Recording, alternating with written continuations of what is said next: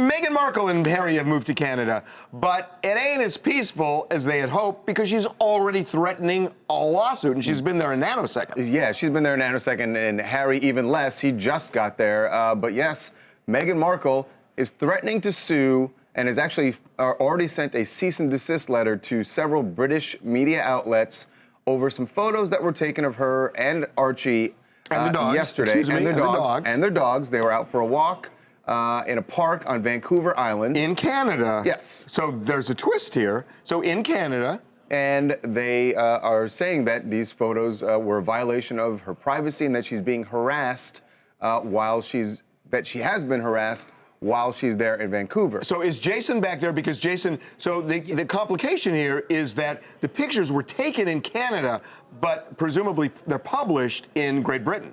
Right. So there's always a question about whose law is going to apply here. Here, I think she could sue under either party's law. She could go to Great Britain and she may have a case. She may have a case in Great Britain. And she really does. I mean, UK laws are famously anti-paparazzi, and if a famous person is not engaged in an official function, if they're engaged in a private function, and this would be a private function because she's walking the dog and walking the kid. Yeah, it would violate UK law. But I even think this one would violate Canadian law too. Why? Because it is taken from the allegations, right, which we're relying on. It was taken with a telephoto lens in a place where she thought that she was by herself. Yes. I didn't know it was taken with. Really, it's taken with a telephoto lens. Well, that's what she is saying in the cease and desist letter. Have you seen? We saw these pictures. We didn't post them, but we saw them. We saw them. Did it look like? It didn't look like a telephoto lens to me. It could have been. I mean, I know what you're saying. It's not like I don't think they were like half a mile away. But these are all sort of the factors that courts will look at. If it wasn't a telephoto lens, does it change things for Canada? It only changes it from a public perception point of view and maybe an atmospherics for a jury trial, but not really. I mean, what we're talking about here in Canada is that she's engaged in an activity in a place where she felt that she had a reasonable expectation of privacy. In the United States, those are much more restrictive laws, expectations of privacy. Does she have it? Well, hold on. She's walking in a public area. She's walking in a park. Is there an expectation of privacy? Here's why we can't answer that based on the photos that were published. They're close-up photos of her, so you can't see how out in the wilderness she is. It's a huge park. I looked it up on the map, and it's a very big park.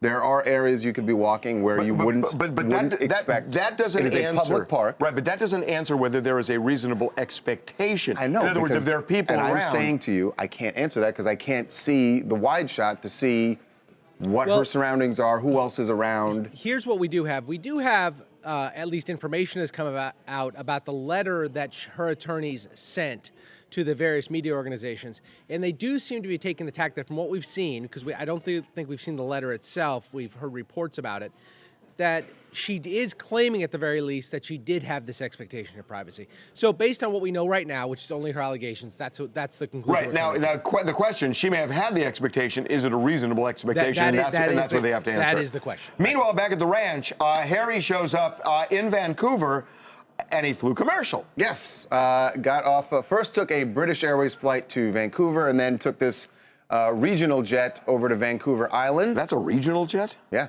WestJet. That's a big-ass jet. That's a jumbo jet. It's a commuter jet. Normally, they don't have jumbos as commuters. It's not a jumbo. It looks like a jumbo to me. Go back to it's not. Can you go to the top shot? Oh, my God. That looks like a jumbo jet to me. WestJet doesn't fly any jumbos. Look how short the steps are. It looks like a jumbo jet to me. He walked down 4 steps, Harvey. How could that be a jumbo jet? I don't know, but it looks like a big airplane. Harvey, who are you trying to fool here? You wouldn't be caught dead on that thing. That does not have first-class seating.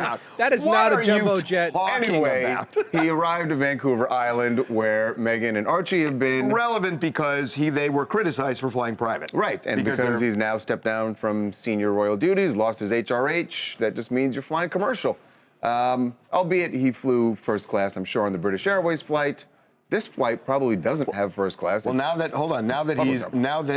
he's on his own, I wonder if he used miles. I want to know what boarding group they're in. Oh, yeah. Which makes no sense. He should be the last person on the plane. I got it, but maybe he was. We got to move on, but real quickly, TMZ is actually doing kind of an investigation.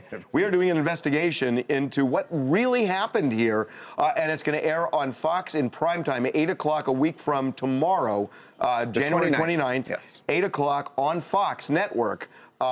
And we're working on it now, and it's really interesting. My name is Alonzo Davis. I'm from Atlanta, Georgia. I think Meghan and Harry are doing what's best for their family. And I applaud them for doing, moving from the UK to Canada in order to protect the newborn child. Harry may have a little PTSD, but ultimately I think they're doing what's right. And yeah, thank you. You're welcome. All right. Okay, there's a reply.